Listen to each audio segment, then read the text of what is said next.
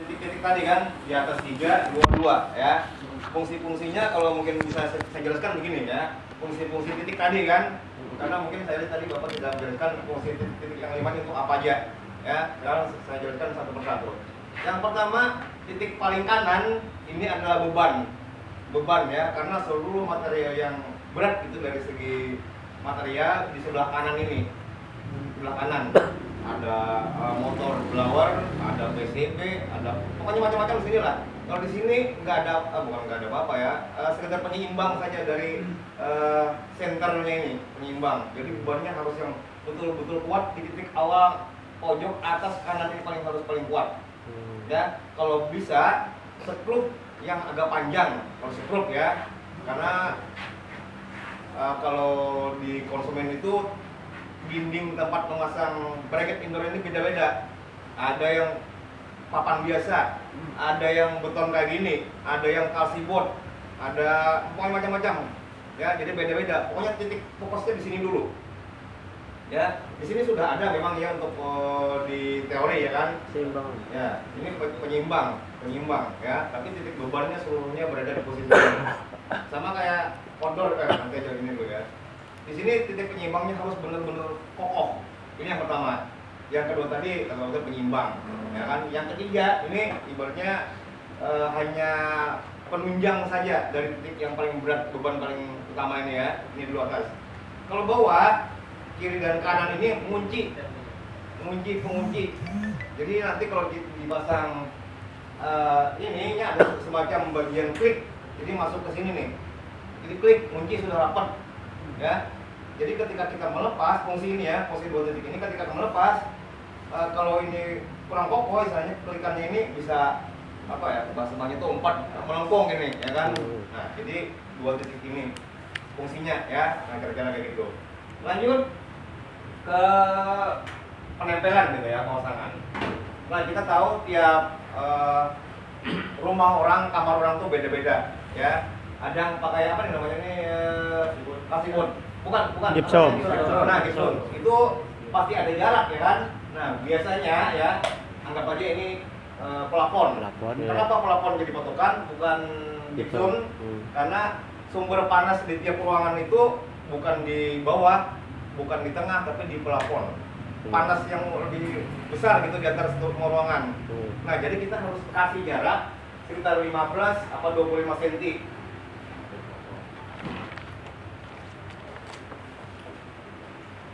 Nah,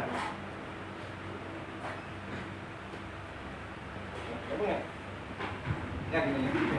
Nah, gini lah. Kira-kira 15 lah. Nah, 15 ya kan? Nah, gini, 15. Jadi apapun keadaan ruangannya itu kan ke atas ke 15. Ya. Kalau kamar tingginya normal gitu kan. Kadang ada rumah-rumah kaya itu tingginya bisa 5 meter ke atas. Ya. Jadi kalau setengah PK kasih 5 meter biasanya kada dingin, ya kan? Paling ada 2 PK ya kan di kamar yang luas ya tadi kan. Pokoknya antara 15 sampai 25. Nah, kayak gitu. 25 ini pun kadang-kadang saya gunakan hanya untuk 1,5 PK ke atas. Kalau 1 PK masih 15 masih bisa. 1 PK 3/4 sama setengah masih bisa. Tapi kalau sudah 1,5 ke atas, 1,5 PK, 2 PK, 2,5 harus ya paling enggak gini lah kalau 2,5 PK ya.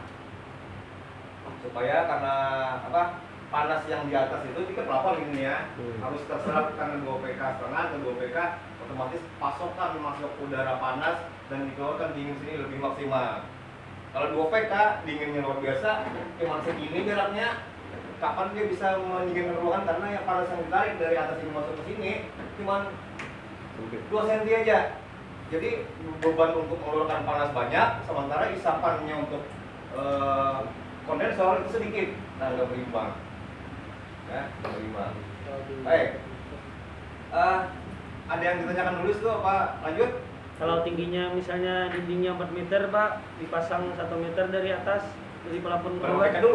Berapa PK dulu? Setengah PK misalnya. Setengah PK tingginya Dinding dari lantai ke plafon 4 meter, setengah PK. Iya. Harus menghitung panjang kali lebar kali tinggi dulu. Sebab tinggi plafon belum tentu diiringi dengan luas ruangan. Ya, belum tentu Misalnya luas ruangannya 3 kali 4. 3 kali 4 itu bisa standar aja, bisa 15 cm ke atas. Kalau dipasang setengah meter Ya, dari kadang atas orang ke bawah. gini ya, kalau saya pasang itu saya tanyakan dulu, misalnya di sini AC pasang. Iya. Di sini ada kasur tempat tidur. Iya. Anak-anak dan orang tua sakit tidak boleh harus langsung kena sini. Ya. Jadi soal tinggi rendahnya, kalau rendah ya kan otomatis dia langsung kena. Anak-anak bayi pasti sakit, ya, bukan malah sehat. Apalagi orang tua harus harus luput lah dari angin ini kan. Lagian untuk itu tadi AC ada 2 macam, hanya ada 2 tipe swing. Ada yang bukanya dari atas ke bawah, ada yang dari bawah ke atas. Iya. Ya kan? Ada 2 aja. Ya merek-mereknya saya kurang ingat apa betul ya. Jadi kalau dari bukaannya ke gini kan, swing, berarti dia ke atas. Tapi kalau dari atas dia ke bawah, nembaknya ke bawah sini sampai. Nah itu harus diperhatikan juga. Ya. Lanjut, kita ukur dulu. Gimana kalau intronya kita anak ini? Ya itu. Baru nanti bapak-bapak ya harus tahan di sini untuk membuka ini ya, terutama AC yang bekas. Kalau yang baru pun ya kadang-kadang kalau kemarin Cina kalau dibuka gini kan awalnya kan dari bawah kayak gini posisinya ya. Kalau kita buka sekuat tenaga otomatis ini akan terpulas ya. Terpulas ya, jadi harus ditahan di sini, buka pelan lagi bukanya, pelan kan gini kan. Jadi supaya jangan terpulas, karena ini tembaga rentan kalau sudah kepelintir sekali baliknya makin parah, bukan sembuh ya. Nah udah, yang pertama itu kan ada jarak nih dari sini ke sini kan sekitar 2 cm ya, sekitar 2 cm ya kan. Nah berarti naik ya, berarti naik 2 cm, naik antara di sini berarti 2 cm sekitar sini kan. Kalau kita memasangnya yang lurus, nah kalau masangnya lurus begini, otomatis nanti pipa ini akan ke atas. Jadi kita harus naik dua, karena ini ada celah antara tinggi ini dengan tinggi di lantai bawah harus naik sekitar 2 cm. Nah, itu biasanya kalau untuk 2 PK ya, untuk merek tertentu. Tapi kalau merek-merek biasa cukup 1 cm cukup aja. Nah, jadi kata bapak tadi supaya jangan kelihatan ada pipa ya. Jangan kelihatan pipa. Sebab apa? Ini nantinya kalau sudah terpasang dia akan turun ke bawah. Akan terus melengkung ke bawah. Kan di cara membobok melubangin itu turun, miring ya, bukan lurus. Jadi kalau ini harus tutup. Nah, berarti ini harus ada celah paling tidak 1 sampai 2 cm ya, terkait tadi kan. Nah, lanjut kita ukur dulu antara ini oke. Nah ini yang saya maksud tadi, kuncian mengklik di sini ya, nanti akan klik. Nah pertama kita ukur jarak antar, ini di lapangan ya, mungkin ada perbedaan sedikit dengan teori gitu kan. Ini nanti kan didaktif ya, lanjut dulu di sini. Kalau didaktif, karena ini nanti posisinya akan di bawah, usahakan ini di bawah, di atas waktu kan kebalik ini posisinya ya, harus di atas, karena waktu terpasang ini nanti akan di bawah di sini posisinya setelah pembuangan. Kalau di begini ya nanti melengkung ya, air yang seharusnya keluar akan balik ke dalam tetes. Di sini juga begitu ya. Nah, pokoknya kayak gini posisinya harus. Nah kan kalau sudah diikat tinggal 1 cm aja kan lagi. Nah kan ya, habis itu kabel, karena kabel ini mengandung listrik, nah itu pun harus di atas, sebenarnya harus begini kalau bisa ya, dari atas. Berarti nah ini posisinya paling atas, nanti ini paling bawah waktu belum dipasang. Kalau sudah terpasang ini posisinya di atas, atau paling tidak di salah-salahnya. Nah baru diikat. Nah sebaiknya kalau merek-merek tertentu, nah kalau ini salah pembawaannya pakai baut. Sekarang jarang sudah kecuali merek Daikin yang di baut. Jadi kalau kita mendaktif ini pakai yang lem, kan itu ada 2, ada yang lem, ada yang non lem. Kalau kita mendapet ini pakai yang lem, otomatis ini nggak bisa digeser-geser, mati udah kencang, ketika kita pasang di luar itu pasti kita belokkan lagi ke bawah supaya anggap aja ini keluaran ya, udah keluarnya di sini kan. Ini nanti kalau sudah dipasang akan turun begini kan, nah turun begini pasti. Ketika kita kencang begini, otomatis ini ketarik, merembeslah air yang seharusnya terbuang keluar, merembes di sini biasanya netesnya, karena ini lepas dari koneksi yang sini. Kalau nggak pakai baut, kalau ini pakai baut aman aja biar dikencang. Jadi tiap pasang baru atau lama dilihat dulu apakah pakai baut aman. Lagi LG langsung plug ini aja, kita kencang sedikit udah lepas, bongkar lagi kita, ulang dari awal lagi, instalasi pak segala macam. Jadi diantisipasi benar-benar dilihat merek, dilihat dulu intip, karena merek-merek Cina sekarang selang pembuangan itu bukan di sini tempatnya. Merek Samsung misalnya atau media di sini letaknya. Ini ada dua. Jadi untuk di luar negeri barangkali saya kurang tahu juga kenapa ada alasan di sini juga ada pembuangan. Jadi tinggal copot. Coba. Ada tang apa?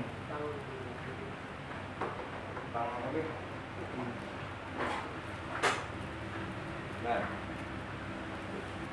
kalau agak saja ini misalnya bapak ibu, bapak nanti memasang Samsung.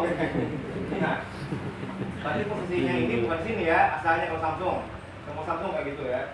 Nah, ini ada semacam karet untuk menutup celah.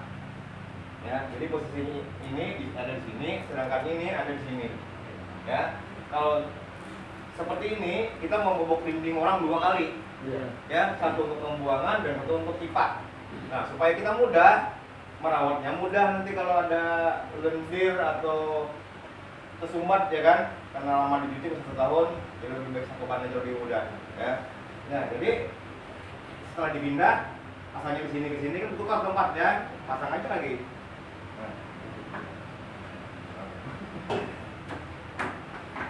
Nah, pasang aja lagi, sudah ke sana, sudah menyatu dengan pipa, nah baru kita aktif atau sama ikan ya. Nah baik, ini tadi sudah jaraknya belum ya, diukur lagi.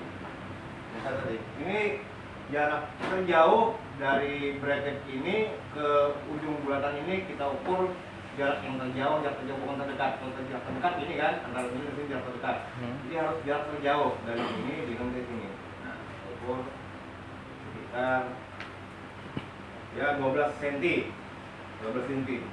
Nah, 12 cm ini sudah fix ya. Misalnya begini ya, misalnya nih. Nah, kita ukur dari jarak ini tadi ke ujung sini, bukan di sini, ke ujung sini 12 cm. Nah, kayak gitu.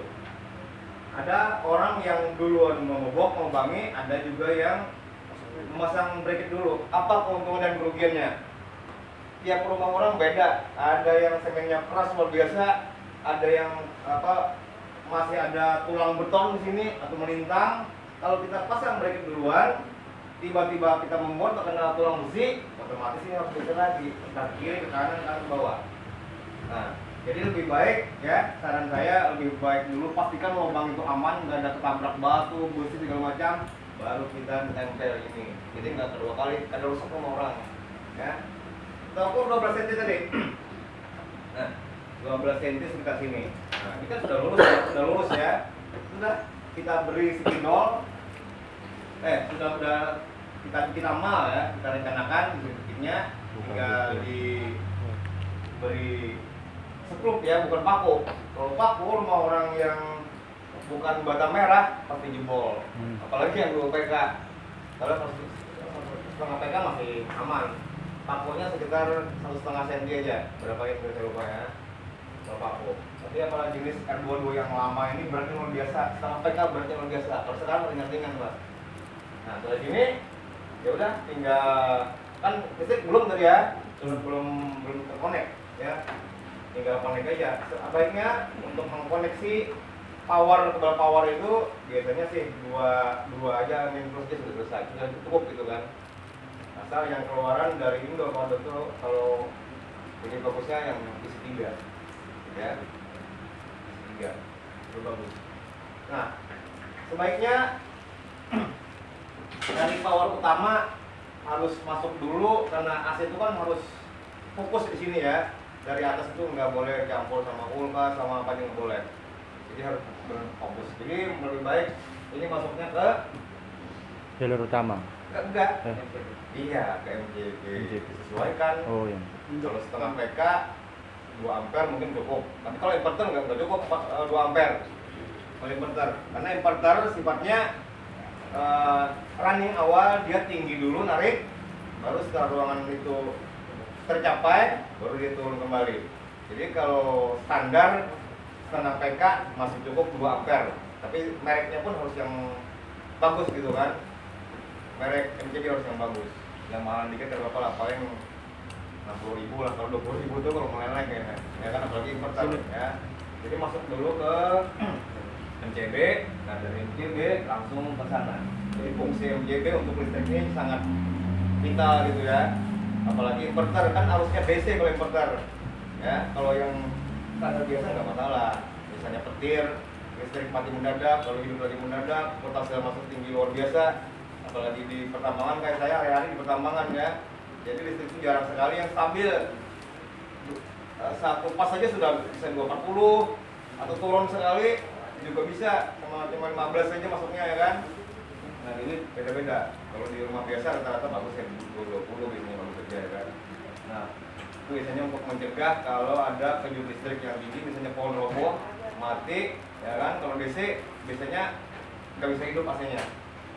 Kalau AC inverter misalnya dua inverter, kalau mati mendadak dari arus keluar di jalan itu mati mendadak, mau dihidupin lagi nggak bisa. Caranya gimana? Matikan dulu MCB di utama di luar, matikan, turun, tunggu detik, hidupin lagi mau dia. Kalau inverter ya, jadi kalau standar nggak masalah. Ya. Fungsi MCB yang kedua itu ya. Terusnya fungsi yang berikutnya kalau MCB pakai MCB gitu ya. Kalau kita melakukan bongkar pasang atau ada kerusakan apapun, mudah kita menjangkaunya karena tinggal turunkan aja, ya kan? Pasti kita harus memperbaiki servis, ya kan? Harus nanya ke pelapon dulu. Padahal ini servis berapa ya kira-kira di sini? Ada yang tahu? Berapa sekali servis yang setengah PK aja? Pemasangan standar bukan lantai 2 atau 3. Berapa kira-kira ongkosnya? Iya cuci maksudnya 50 ya. Nah masa kita harus naik ke pelapon, bahaya luar biasa di atas kan. Nah itu untuk di lapangan gitu ya, untuk di lapangan kalau pada di lapangan. Nah kira-kira tuh mana 3 fungsi MCB ya. Yang pertama menghindari kejut, habis itu instalasi mudah ya kan, kita nggak perlu naik lagi ya. Baik, itu sudah selesai, tinggal mengkonek antara kontaktor indoor dengan outdoor ya. Ini diberi tekanan atau gimana? Langsung? Oh ya. Berarti kita harus pasang ini lah. Ya kan? Oh kan, ya makanya saya tanya sempat bayar soalnya. Setengah jam lagi sempat lah. Oh ya, berarti kalau kita istirahat Kita tadi sekarang aja gitu. pokoknya nanti setelah saya beri penjelasan singkat ini, saya minta sharing atau dari Bapak misalnya kan apa yang perlu ditanyakan, jadi bisa menjawab dengan fokus ya. Karena sempit, saya menjelaskan itu cepat ya. Ya kalau kurang paham nanti bisa ditanyakan nanti setelah aku praktek gitu ya. Oke, udah ya. Oke, terima kasih Bapak-bapak. Nanti kita lanjutkan, kita mungkin personal aja tanyanya ya, tidak perlu terlalu kaku gitu kan, bebas aja ya. Mudah-mudahan nanti kita semua bisa terjun ke masyarakat gitu ya. Amin. Oke, baik.